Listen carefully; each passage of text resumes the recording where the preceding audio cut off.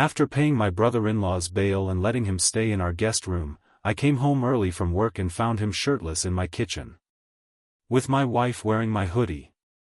She said, "It's not what it looks like." He just laughed and said, "You were never enough for her."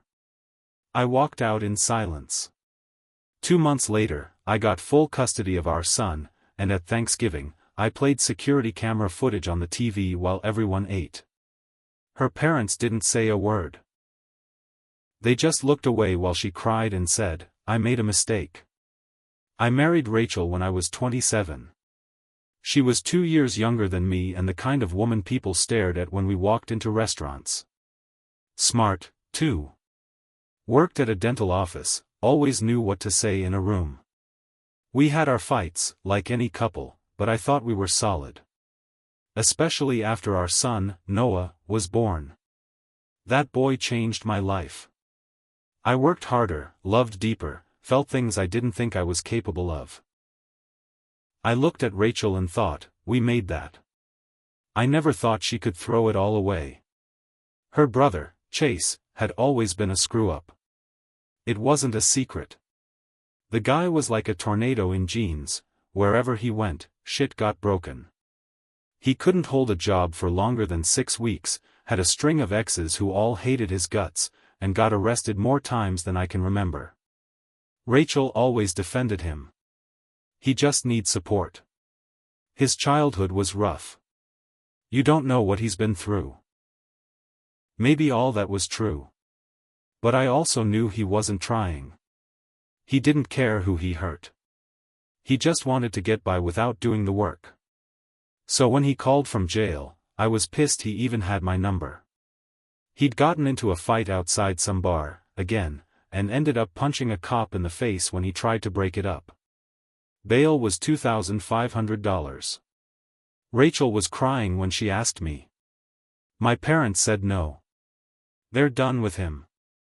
If we don't help, he'll sit in there for weeks. I stared at her. I wanted to say no.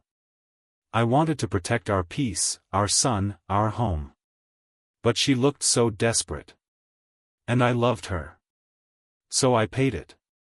She didn't know that money came from a savings fund I'd been building for over a year. I wanted to take Noah to Disney. It was a quiet dream I'd had since the day he was born. I gave it up without a word. Chase got out. We picked him up, and he was grinning like he'd just won the lottery. "Man, I owe you," he said, slapping my back. I didn't say anything. That night, Rachel asked if he could stay with us for a week. "He just needs to get back on his feet," she said. "You won't even notice him." I knew that was a lie before the week even started. Chase didn't do anything. He slept until noon, sat on the couch all day, played video games, drank beer, and left his crap everywhere. One time, I found my toothbrush on the floor next to his vape. Another time, he took Noah's last snack pack and said, he won't remember. I told Rachel it wasn't working. She said I was overreacting. He's family. Yeah. So was I. 2 months went by. I hated coming home. It stopped feeling like my house. Then came the Wednesday I'll never forget. Our truck shipment got delayed. My manager told me to take the afternoon off. I didn't text Rachel, I figured I'd surprise her. Maybe take her to lunch. It had been a while since we'd done anything, just the two of us. I pulled into the driveway around 1:30 p.m. The garage door was open, which was weird. Her car was there, so I figured maybe she was just airing it out or something. I stepped inside. Music was playing, that lo-fi hip-hop crap she liked. I walked through the living room. It was empty, but there was a half-empty beer can on the coffee table. I heard laughter. Then a voice. I stepped into the kitchen, and I froze. Chase was there. Shirtless. Sweat on his chest. Holding a bowl of cereal. Drinking straight from the jug of orange juice. And Rachel. standing by the stove, wearing my hoodie. The one I always wore on cold mornings.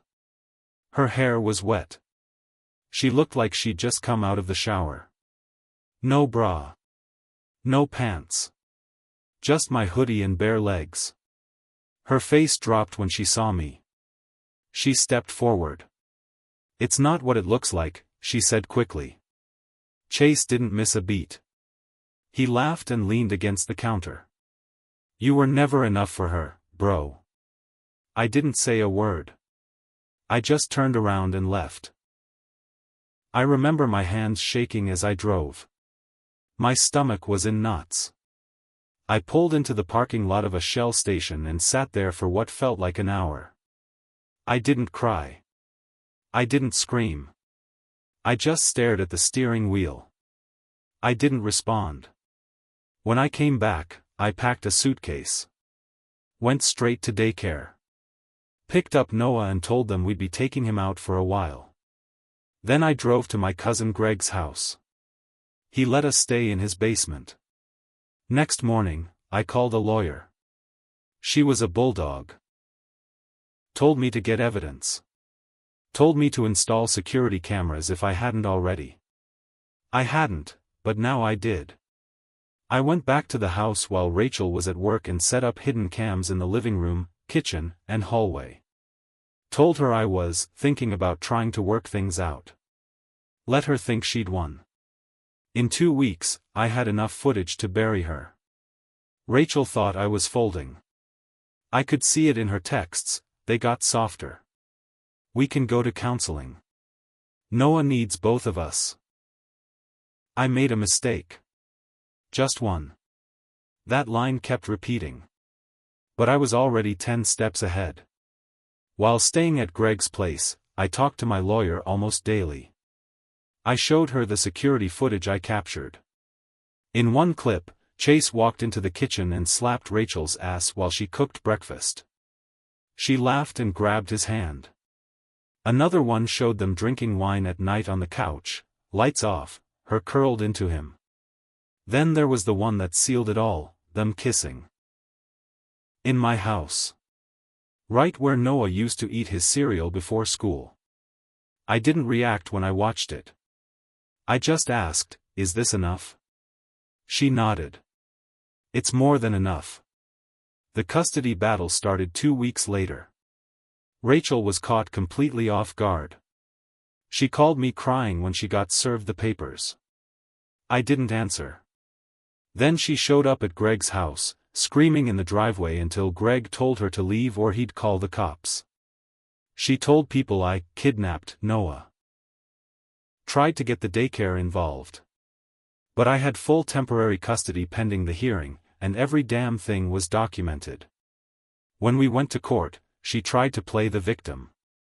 Told the judge I abandoned the family. That I left without explanation. Her lawyer painted me like a bitter, unstable man who couldn't handle a rough patch. I didn't say a word until it was my turn. Then I handed over a folder with screenshots. Timestamps. Footage summaries. My lawyer hit play. The room went dead silent. Even the judge leaned in. The footage of her kissing Chase ran for 14 seconds. That was all it took. She started sobbing. Her lawyer whispered something, probably telling her to pull it together. I looked straight ahead, not at her. Not at Chase, who was sitting in the back like a scared dog. I got full custody that day. Not temporary. Full. She got visitation, supervised. She didn't even fight it. She just signed the papers with her hands shaking. Couldn't look at me. After that, I blocked her number. I spoke to her only through a co-parenting app the court made us use. Everything had to be logged, timed, and signed off. She saw Noah on Saturdays at a state-run family center, where a lady sat in the corner taking notes. My son didn't even want to go. He'd cry and say, "I want to stay with you, Daddy." I told him he had to be brave. That sometimes people make bad choices, but it's not his fault. I didn't tell him everything. But I kept every bit of proof. Every message. Every missed pickup. Every late visit. Then came Thanksgiving. My family had cut her off. Her family? They were still talking to her. Pretending it was all a misunderstanding. Her mom had called me once, asking if I'd be willing to let Rachel come to Thanksgiving at their house, for Noah's sake. I said sure. But I had a plan. When we walked into her parents' house that afternoon, I greeted them like nothing had happened. Waved hello. Set the food down. Chatted about the weather. Rachel was already there. She looked thinner, pale. She hugged Noah but didn't try to hug me. Everyone sat around the table. Her dad said grace. Food got passed around. I stood up. Before we dig in, I said, I brought something to share with the family. I clicked the remote. The TV on the wall lit up. It was the security footage. The exact clip where Chase kissed Rachel in my kitchen. Time stamped.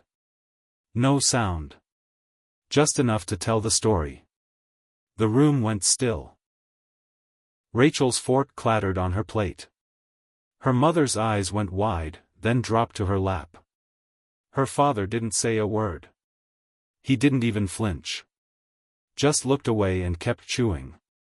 Rachel whispered, I made a mistake. No one spoke.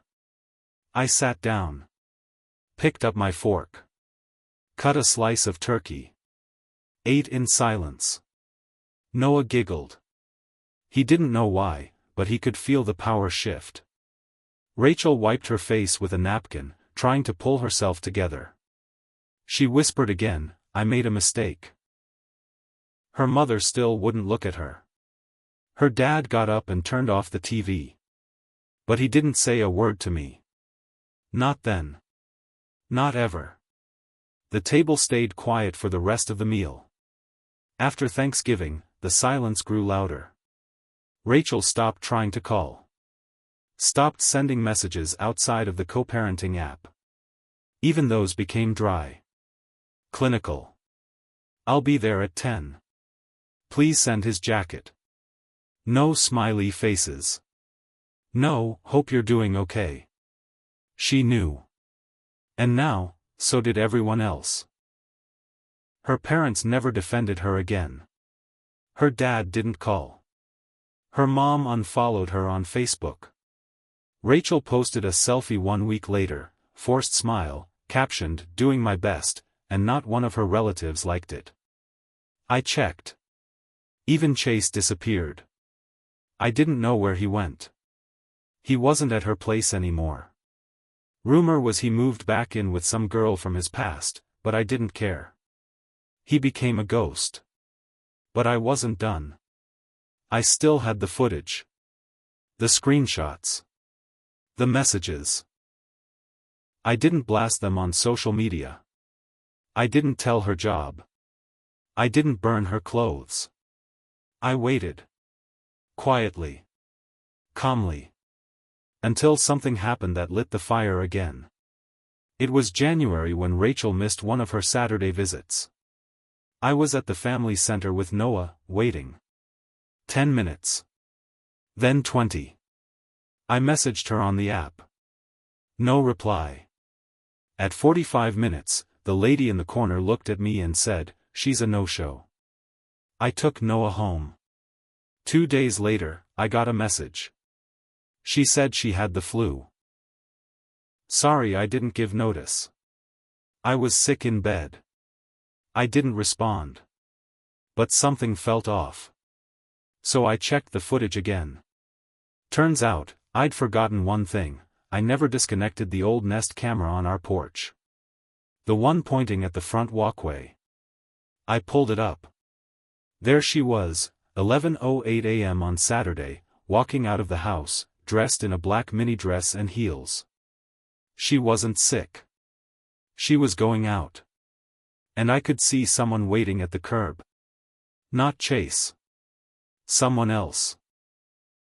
A guy in a leather jacket, tattoos up his arms. I screen recorded it. Then I checked a few days back, out of curiosity. She'd left Noah alone in the house for 10 minutes while she ran to the store. He's 5. I sent it all to my lawyer. She filed an emergency motion with the court. Visitation suspended until a hearing. Rachel went ballistic. She messaged me through the app, furious. "You're spying on me? You're manipulating the court." I said I was sorry. I didn't reply.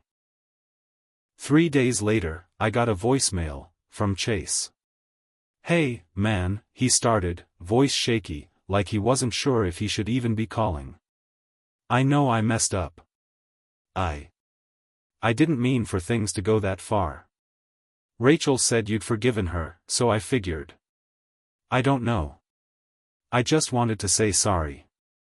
I didn't delete the voicemail. I saved it. Because here's the twist, Chase was trying to get custody too. Of his own kid. From another woman.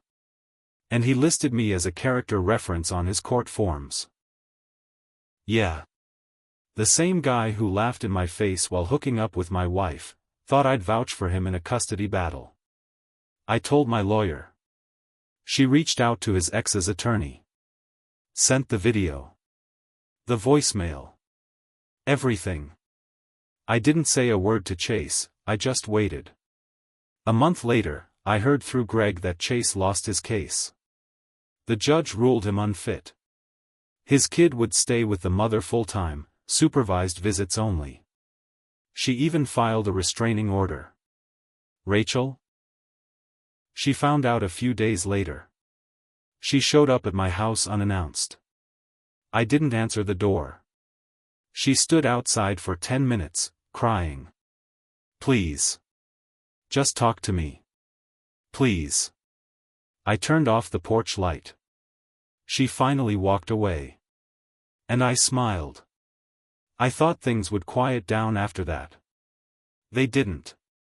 A week after Rachel showed up crying on my porch, a letter arrived in the mail. It was from her lawyer. She was filing to have the visitation restrictions lifted.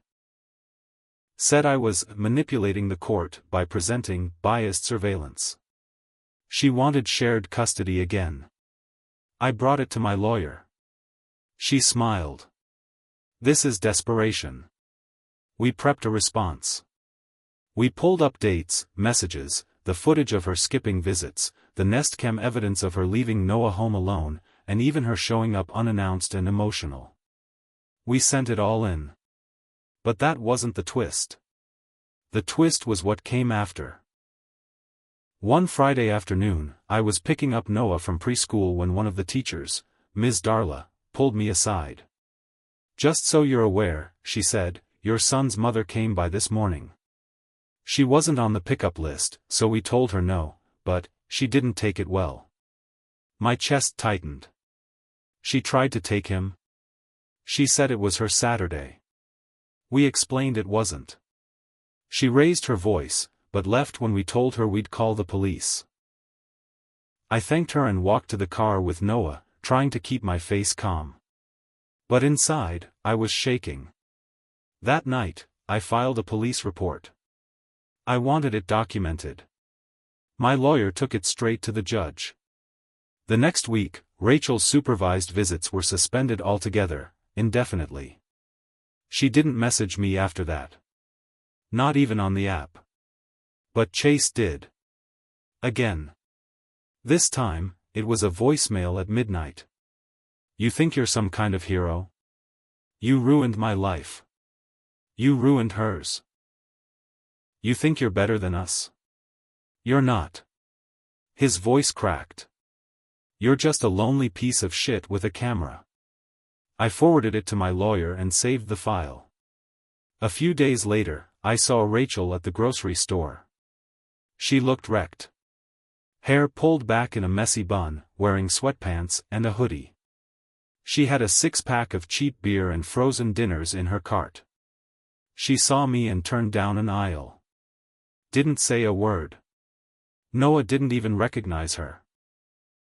He tugged on my sleeve and said, "Was that a teacher?" I said, "No. Just someone we used to know."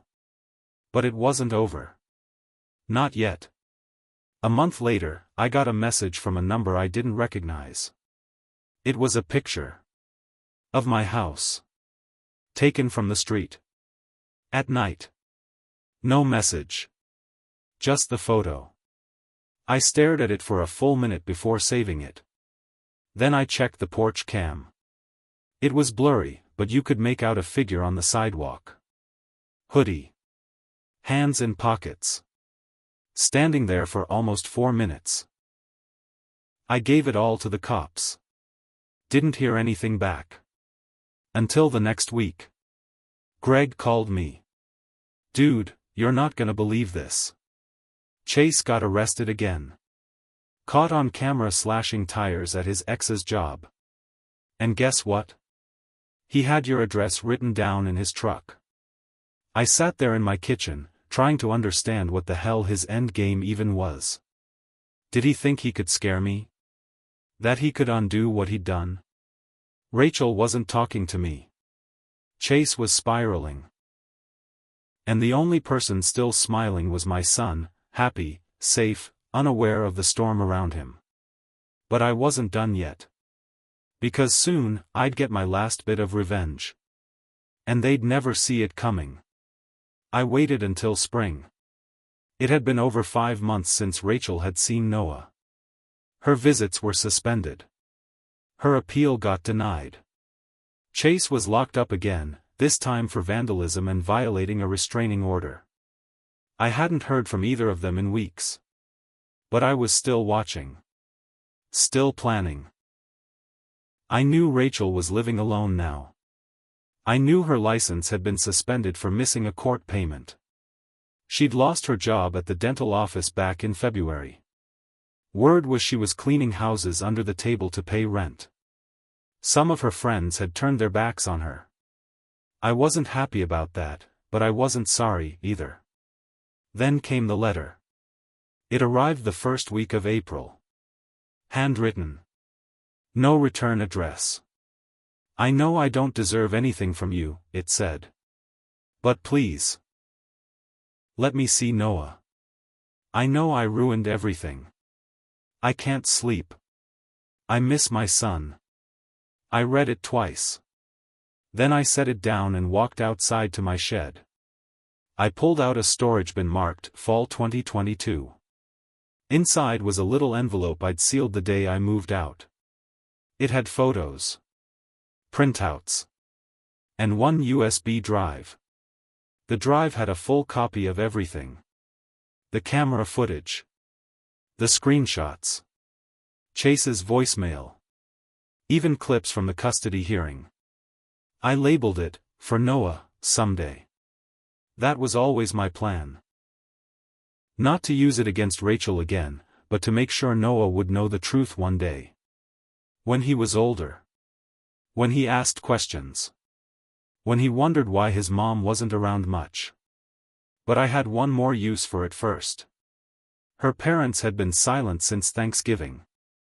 They didn't reach out. They didn't speak to me again. But they also didn't speak to Rachel, not directly. They'd been embarrassed. Afraid of choosing sides. I knew that. So I sent them the USB. No note. No explanation. Just the drive. 3 days later, Rachel messaged me through the app. It was her first message in almost 2 months. "What did you send my parents?" I didn't reply. She messaged again. "Why now? Why can't you just let it go?" Still no answer. Then one more message, "You were right. I'm not a good person."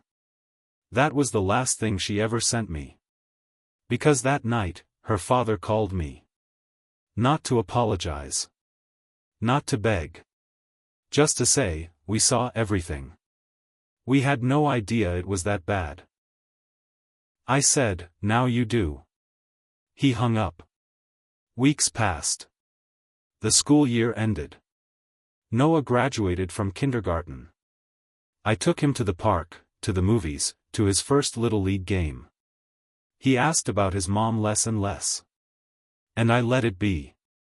Then, that summer, I did something I never thought I'd do. I wrote a letter. To Rachel.